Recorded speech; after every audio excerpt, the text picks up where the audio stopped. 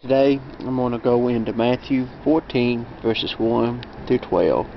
At that time Herod the Tenach heard of the fame of Jesus, and said unto his servants, This is John the Baptist. He is risen from the dead, and before mighty works do show forth themselves unto him. For Herod had laid hold on John, bound him, and put him in prison for Herod's sake, his brother Philip's wife. For John unto him, It is not lawful for thee to have her.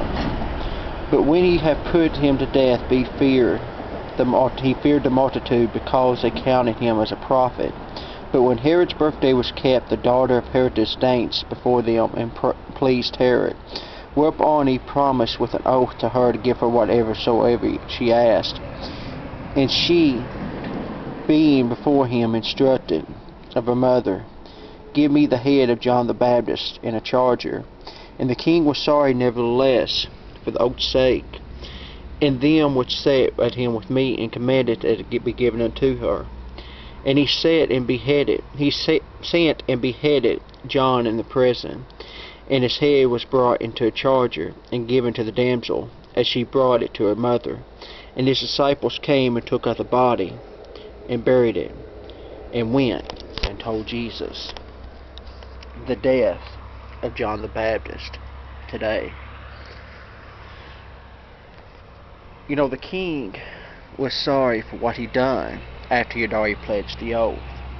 How many of you today pledge an oath to someone, and you're sorry after you've done it, but it's too late, and you have to do it anyways? So how many of you today can stand and see the dilemma that he was in? And on the other hand of the coin, or the other side of the coin I should say, the Bible says we will be persecuted for his name's sake. Not everyone is going to like us.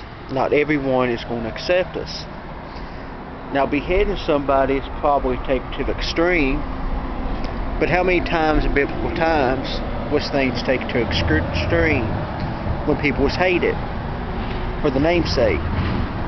You know, today we may be talked about, today we may be persecuted, but let's think back for a minute what all the saints of old went through. You know, we go through so much in life, and then we look around and say, God, how am I ever going to make it? Have you ever been beheaded? Have you ever, like Peter, been crucified upside down? Have you ever been like Stephen, stoned to death?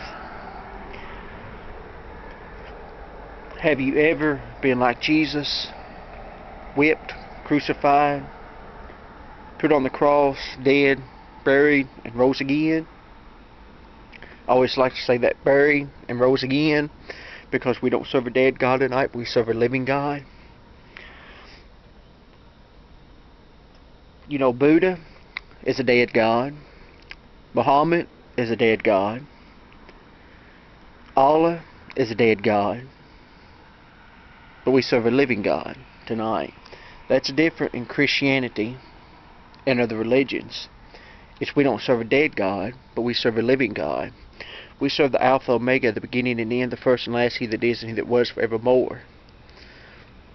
We serve a God that can bring us through the storms and tribulations. We serve a God that can be there with us in the mount of our troubling fires. And we serve a God that with Him all things are possible tonight. And if you don't know that God tonight, I give you this opportunity to pray, because today is the day of salvation. Choose ye this day who thou wilt serve. But now let's look back at John the Baptist. His whole ministry was served not as someone who puffed up and thought himself higher than anybody else, because he once said that the one who cometh after me, I'm not worthy to even untie the shoelaces off his feet. He was the same man that once said,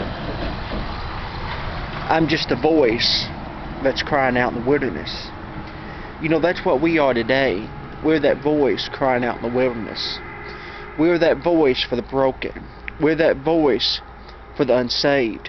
We are the voice for those who feel like they have no hope. We are the voice in the times of tribulation today. We are not here to be puffed up, make ourselves bigger than anyone else. But we need to have that humble spirit like John the Baptist had. Even when he faced the mist of being beheaded, he didn't give up on his Lord. Even when he fought in prison, he didn't give up on his Lord. Even when he was baptizing all these people in the wilderness, he never gave up on his Lord. And he always stayed humble. That's what we need to do today as Christians, as men and women of God, as ministers of the flame. That's what we need to do today.